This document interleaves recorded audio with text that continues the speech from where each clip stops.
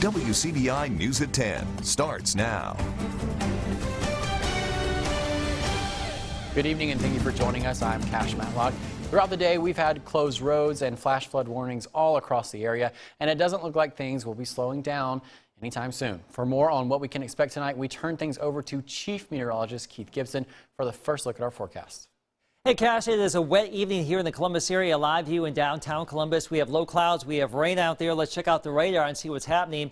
We've had pockets of rain move on through. There's a little bit of embedded thunder and lightning in this, but this is for the most part just some more steady to heavy rain redeveloping around here, and this is going to overspread the entire area as we go throughout the course of the night. We still have a flash flood warning that continues until 10:45 for Winston and Oxby counties. We still may yet to see some additional warnings get issued later on this evening as far as the flash flooding is concerned. There have been a couple of stronger storms too just off to our southwest. It looks like those have weakened.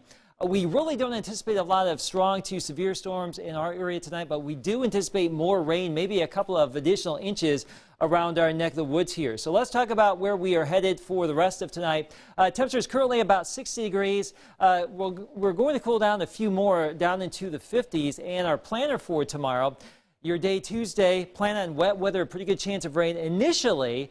Not as wet during the course of the day overall, at least as compared to today, mainly upper 50s for highs. We do have a chance for some more strong to severe storms on Wednesday, a continuation of the flooding threat too. We'll talk about all of this in full weather coming up. The heavy rains are bringing back some unpleasant memories of last year for many in our area, especially in Calhoun County. Quentin Smith was in the area to check on conditions. He joins us live in the studio with more. Yeah, Cash, more rainfall. This is the last thing many in Calhoun County want to see or hear about.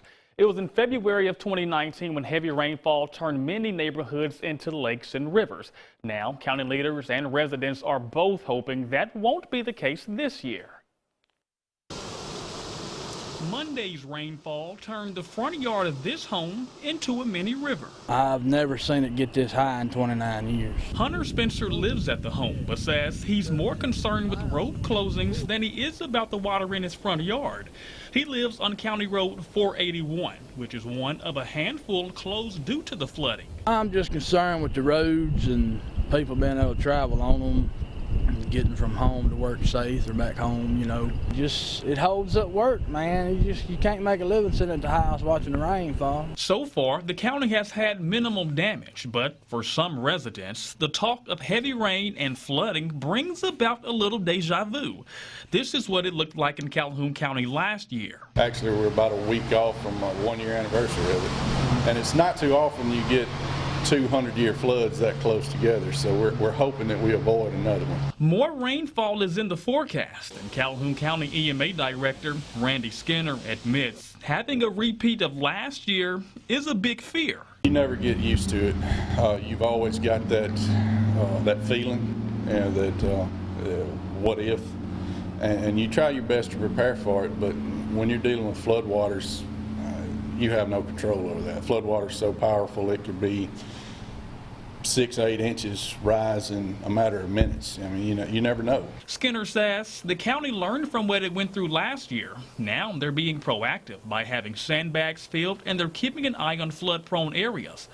Although he's hoping things will remain quiet, the EMA director has this advice for residents. Pay attention to the weather.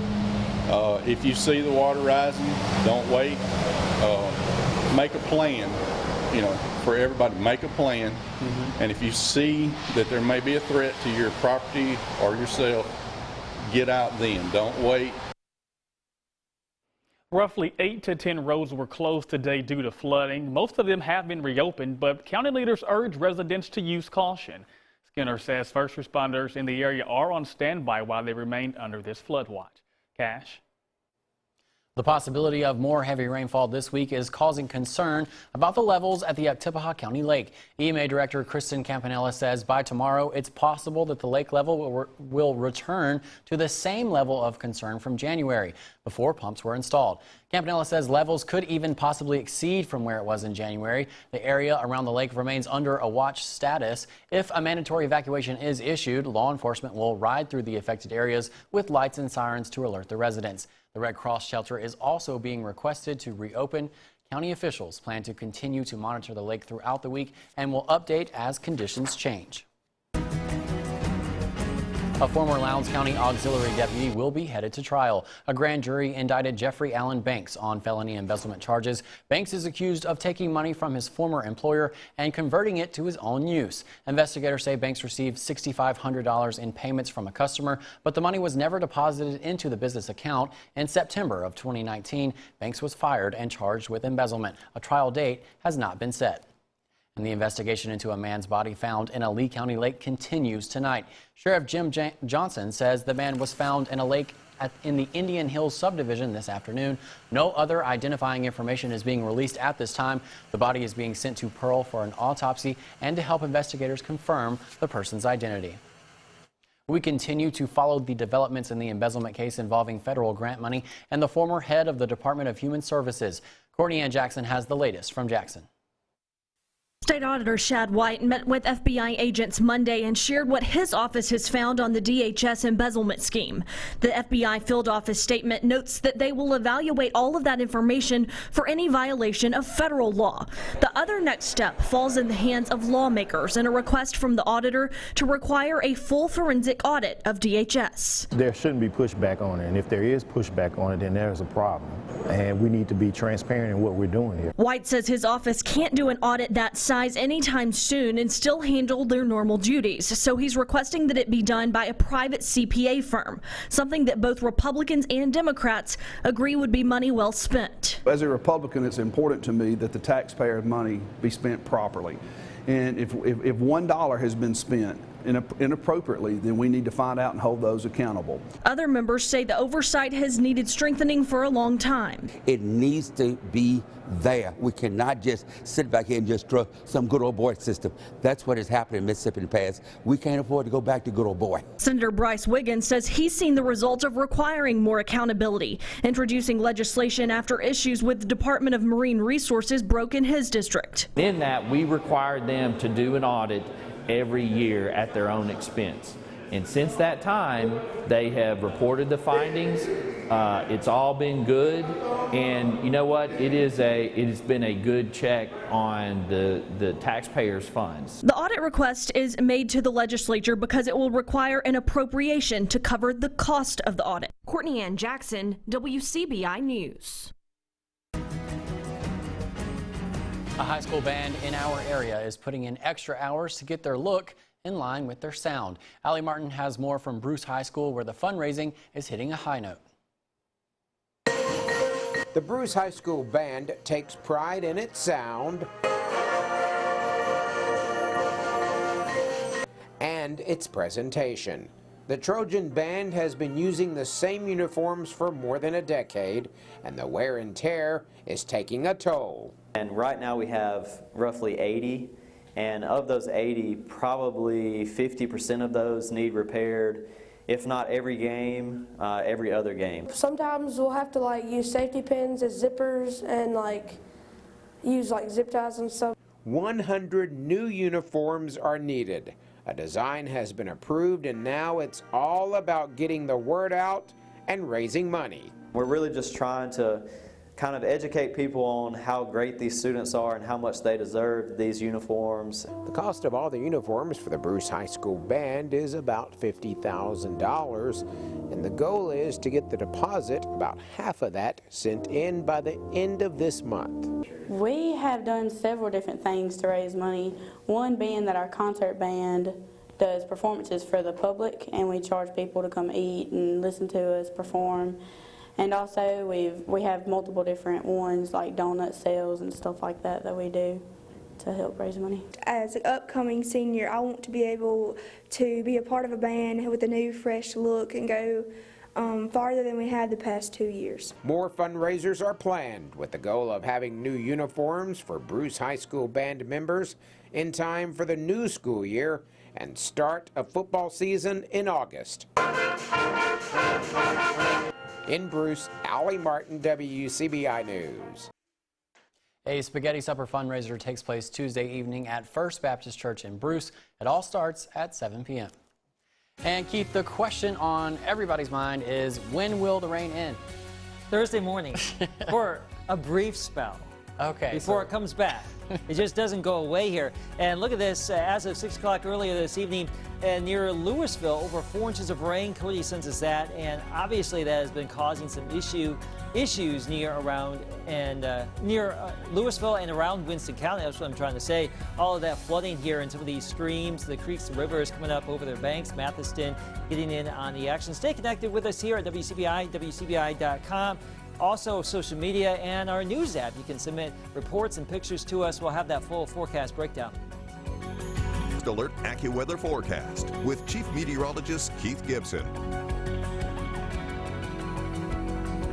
Temperature is still the same here this evening, about 60 in Columbus and Tupelo, Vernon, at Durham's Pharmacy, and in Louisville, Mississippi. We are gloomy. It's wet. It is just a nasty day out there, and it will continue to be pretty nasty for tomorrow, too. Areas of rain. There's Brody giving that look like, why is it going to have to rain tomorrow? Well, it won't be as wet, but there will still be some rain around. A chance for some strong to severe storms Wednesday afternoon and evening, and then we'll start to dry things out as we get into Thursday. Don't forget, go over to our website, WCBI.com, and your WCBI mobile app on your smartphone, and you'll be able to get the list of delays and closings for tomorrow, also some road closures as well. So hop on over there and find out what's happening. Now, this evening, as of right now, 10:14, we have a big batch of rain coming on in here.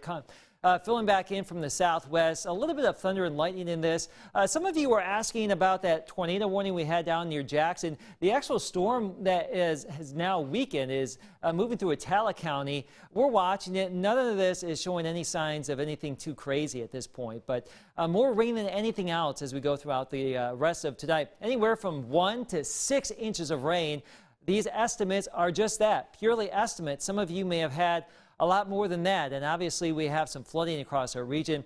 Perhaps another 1 to 3 through tonight and tomorrow, and really between now and tomorrow and Wednesday night, perhaps 2 to 5 inches of rain around here. So obviously more flooding.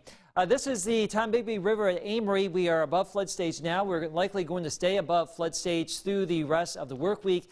The Tenn-Tom in Columbus likely going up another 12 to 13 feet. And that's going to be very significant here in the Columbus area, so just plan accordingly if you live downstream of the lock and dam, anywhere along any stream, creek, or river here. And the Noxubee River and Macon staying above flood stage through the course of this upcoming weekend. We have more rain filling back in southeastern Arkansas, northern Louisiana. All of this has to pass through our area tonight, and it's riding right along a frontal boundary. We have the front, and we also have some low-level wind energy zipping along that front, and those two are creating the areas of rain we have now. The energy goes away tonight and tomorrow, so it won't be as wet. The amount of rain in the region tomorrow, not nearly as much as what we've had out there today and tonight. So widespread rain will continue as we go throughout the overnight hours. We think there will be less rain in the region tomorrow morning, so have the umbrella on standby. But there will be some rain around during the course of our day Tuesday, but probably not as wet as what we've had out there today. Showers continuing tomorrow night into your Wednesday morning. As we get into Wednesday afternoon, we'll be watching out for a batch of strong to severe storms that will line up along the cold front. Damaging wind gusts, isolated tornadoes can't be ruled out as we get into that system, and then behind it, things will clear out. Speaking of Wednesday, this level 3 risk for some severe weather, and there could be an isolated tornado or two, damaging wind, and also this ongoing flooding threat that we have out there right now with this next front coming our way. Behind it, much colder for at least a few more days here as we close out the work week. 50s and 40s, but at least it will be dry cash. Overnight lows will get down to around freezing later this week, and then we rebound with more rain Sunday and Monday. So we just cannot dry things out. It's wet tonight. It'll be a little bit wet tomorrow. Just hang on with us here. It's, you know. Not looking forward to that. And now you mentioned this earlier, but I want to push it one more time. We've got all the latest closings and delays as far as school is concerned on our website, on our app. So make sure you check on that. And of course, scrolling across the bottom of your screen. And of course, if we get any new ones, we'll just add them to the list. Exactly. All right, thank you, Keith. Well, Bama's sideline QB may not be out of the game for too much longer. We have a Tua update a little later in sports. Welcome back, everyone. CTO, 3 small letters for one big health problem. But in tonight's Health Talk with Baptist, we find out treatments for the condition are actually improving. Hi, I'm Dr. John King, interventional cardiologist and member of the cardiology team here at Baptist Memorial Hospital Golden Triangle. Tonight, I want to talk to you about coronary chronic total occlusion procedures, which are now being performed here at Baptist Golden Triangle. Coronary chronic total occlusion, also known as a CTO, is a type of heart disease where an artery becomes blocked for at least 30 days. This prevents blood from getting to the part of the heart supplied by that artery. Symptoms of a CTO can include chest pain, shortness of breath, fatigue, and heart failure. CTOs are very common, occurring in as many as 30% of patients with significant coronary artery disease. Historically, people with a CTO required bypass surgery to treat this condition. However, it is not the only treatment option available. Today, it is now possible to treat a CTO through a less invasive technique called percutaneous coronary intervention, also known as PCI or angioplasty. In this procedure, the blocked artery is opened using balloons and stents. If you have been diagnosed with a CTO, a cardiologist that specializes in CTO procedures may be able to restore blood flow using advanced technology and innovative techniques. With successful CTO intervention, patients typically experience immediate and dramatic symptom relief. If you have been told that there is nothing that can be done to reopen your arteries, consider a cardiologist that performs CTO procedures to help restore your heart's normal blood flow. Join us next time for Health Talk with Baptist, where we will discuss other important topics to help you improve your cardiovascular health. Mail your topic suggestions to healthtalk@wcbi.com. Health Talk has been brought to you by Baptist Memorial Hospital Golden Triangle.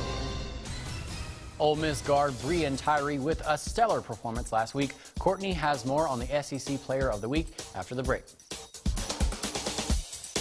WCBI Sports with Courtney Robb. Another week is in the books for college basketball. The Mississippi State women keep on moving up in those polls this week after picking up a pair of top 25 wins against 23rd ranked Tennessee and 16th ranked Texas A&M. The Bulldogs climbed 2 spots, sitting pretty at number 6 in the AP top 25. The rank is the highest MSU has sat in the national rankings this season. State currently riding a 6-game winning streak with only 3 losses all season. The Dogs pulling off a huge second half comeback to the Aggies on Sunday. Here's head coach Vic Schaefer after the win. I just thought we were relentless. I thought you could not kill our will tonight. As bad as it got, I just know they tried to kill our will, and they certainly had us on the chopping block. But at the end of the day, we kept getting off the chopping block and wouldn't let them kill our will. And that is a sign, y'all, of a great team. And I'm not saying that they're great right now, but man, they're trying to grow up. And I think we grew up a little bit more today. We've got so far to go, but that is certainly a great sign. It's no exaggeration to say without guard Breann Tyree, Ole Miss men's basketball would be lost. Tyree leads the SEC, averaging 23 points per game in conference, averaging 19 points per game all season, and last week averaged nearly 31 points a game. All that action earned Tyree his second ever SEC Player of the Week honor. That'll happen when you're shooting a career high of 38 and making 80% of your free throws. That's been the name of the game for Tyree this season. It's how the Rebels are on a 2-game winning streak for the first time since December. However, head coach Kermit Davis saying Tyree's at his best when he's impacting the game off the court. I said, let's just go win February. Don't worry about anything else. Just today, do everything you can do, and let's win February. And so he was good, and he really led. Probably had his 2 best practices, in a while. And again, the biggest thing about maturity is, of him being able to lead when he doesn't shot make. And when we ever can get him to do that, then you've really arrived as a college player, when you can affect the game other ways. 3 months after suffering a hip dislocation injury, sources saying former Alabama quarterback Tua Tagovailoa received good results on a recent CT scan. According to NFL Network's Ian Rappaport, the fracture has healed and his hips range is in good motion. Tagovailoa is now expected to resume practice in the next month. Will be attending the NFL Scouting Combine. However, he will not be participating in any workouts.